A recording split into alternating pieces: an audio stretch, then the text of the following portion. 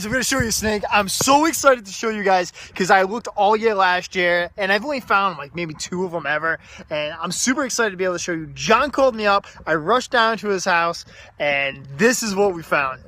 Guys, I'm John from Richmond. I was just walking through the yard and I saw a snake laying on the ground. I almost stepped on it. I kind of panicked. I stepped back and I realized he was kind of docile. So I walked over to him and I hovered over him a little bit, kind of like this, just to see what he was going to do. And he flattened out his upper near his neck, almost like a cobra, and raised up on me, and the back of its tail curled up a little bit, and it just kind of puffed up and just tried to intimidate me. So I backed off a little bit, and then it kind of started squirming away. I went to it, and then it hissed at me. I was like, I gotta call Scott. I gotta him down here and show him what I got. This is so awesome. What's going on, guys? It's Scott Crow from OSA Outreach, and we're showing you what John found, and that is an Eastern Hognose. And you can see this guy right here is huffing and puffing away. It looks like a copperhead, but it's not. It's an Eastern hog, highly mistaken for a copperhead. And one of the things that they do famously is this right here. They puff themselves out so much and try to make themselves look so big. See how he huffs out like a cobra? He's just sitting there trying to show himself off. He's trying to say, look at me, I'm big and I'm scary. And you can hear him hissing. Hear that? But he has no intentions of biting at all. And that's the issue with these snakes. These snakes are killed not just because they look like copperheads, but because of that threat display. That threat display it's a bluff. They're just there to protect themselves. And you see him jumping, and sometimes he opens his mouth, but I am not even close to being afraid of being bitten by the snake. The really cool thing about these Eastern hogs is they have these large heads. So they have these rare fangs in the back. Now, it's always understood if they were venomous or not. They were always labeled as a mildly venomous. But recently, later on, it found out is those large fangs were more for the food source, more for their prey item. Well, they feed on toads. And what they do is, when they bite onto the toads would puff themselves up, making it really hard for these snakes to eat them. Well, they use those fangs to actually deflate right into the lungs and to be able to deflate the toad species so they can swallow it up. All right, I'll stay right there. So the pattern is much like the idea of a copperhead, but it's not. We don't have copperheads here in Rhode Island. We have no venomous snakes here in Rhode Island, but this is a smaller species of snake, full grown. They can get about 2.5, maybe 3 feet, and that's huge. They stay fairly small. Sexual dimorphism, females get bigger than males. This is a male, I can just kind of tell by the pattern and by the tail on it. Also, the reason it is right here. Hold on a second. Woo! You okay?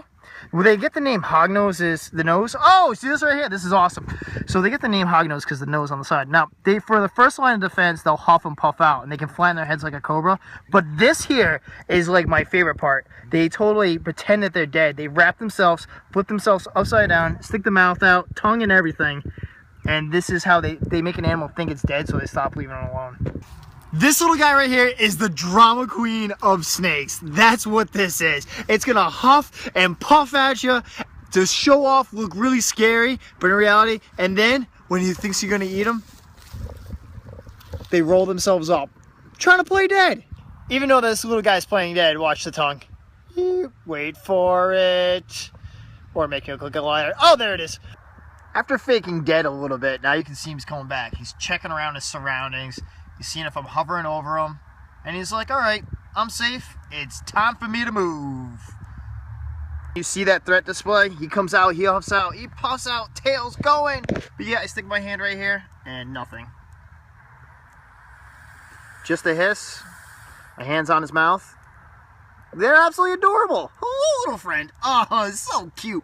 I love the pattern. So the even most unique thing about these guys is all hognoses is different. Honestly, from what I've seen in the area that they're found, they have some different colors to them. Some of them are dark black. Some of them have more gray. This one has like a nice brown sheen to it. Some have a nice orange. And it's very unique seeing that because a lot of species of snakes, they always kind of look pretty much the same exact thing, where these actually have like a color morph, all depending on the locale of where they're from. Hello! We're gonna let this snake go back in John jug, which for me is absolutely awesome that he even wants the snake in his yard and he's happy with it because it's such an awesome animal to have in our area. We don't see him often, and yet again it gets killed for, I hate to say this, but over ignorance, for an animal because it looks like a venomous snake. So a lot of these animals are killed, which is doesn't even make sense if you really think about it. There's no other reason. It's not destruction of habitat. It's not anything else. It's because it was scary and it looked like a venomous snake. And it's not. It's absolutely harmless. But that's why we do these videos. And it's so cool seeing how many of you guys hit us up on Facebook or send me a message like, that's kind of cool. We see those videos, or my kids love those videos. And I love that. I absolutely love that. Because you know what? I am 33 years old and I still act like I'm 12. Know why? Because I absolutely love this and I love sharing it with you guys. And that's what I truly believe in this. We're using entertainment, passion to teach conservation. And this is the best way I can think about doing it. And I love sharing you guys all these animals, all our wildlife diversity, especially on our reptiles here in Rhode Island. And it's so fantastic. So remember, when next time you see an eastern hognose, it's not a copperhead. It's totally cool. It's super chill.